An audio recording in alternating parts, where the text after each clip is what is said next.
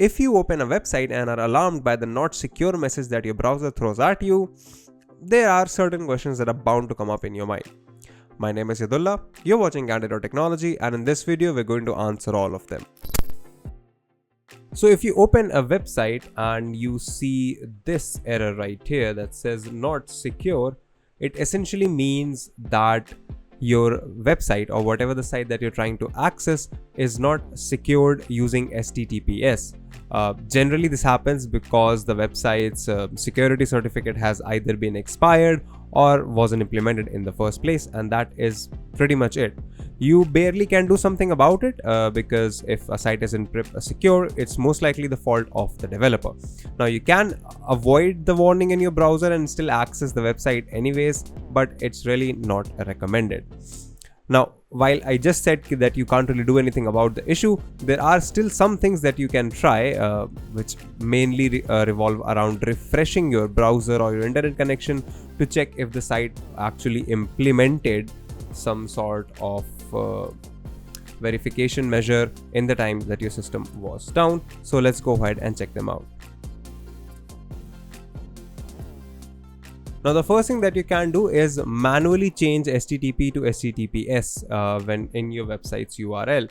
So as you can see, if I go ahead and start editing the URL here, I can type in https:// and this will force the website to load over HTTPS.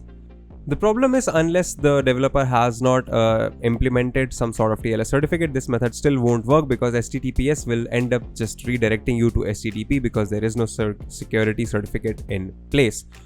Now, one thing that you can do to turn this around as an end user is to just route the website through VPN or something so that you are protected. But at the end of the day, it really is on the developer's end to be able to fix this issue. Alternatively, one more thing that you can do is, if the HTTPS redirect isn't working, is to disable your firewall to try and see if it's your firewall that's causing the issue, because sometimes overprotective third-party firewalls can also end up causing this issue. Now, I don't have a firewall in place, but I am using the Windows firewall, so let's take a look at how to adjust that. So just open the start menu and search for firewall. Click on Windows Defender Firewall right here. And now you will see this option here that says turn Windows Defender Firewall on or off. Click on that and you can just disable your Windows Firewall from here for public and private networks. Now, we don't recommend doing this, and unless you really need to access a secure website, you shouldn't really be modifying your security settings to be able to access them. If you're a developer, it's about time you get a security website for your security certificate for your website, and you may need to update your TLS settings. For that, you're going to have to get in touch with your hosting provider, whatever that is, and they'll be able to guide you through the process. In summary, if you're seeing the not secure error on a website, that doesn't necessarily mean the site has malware.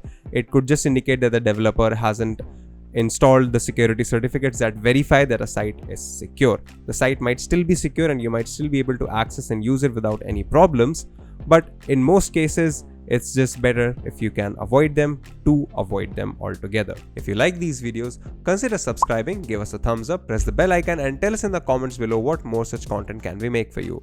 If you'd like to know more about tech, visit our website Candid.Technology, follow us on social media, follow me on Instagram or Twitter, and we'll see you in the next video.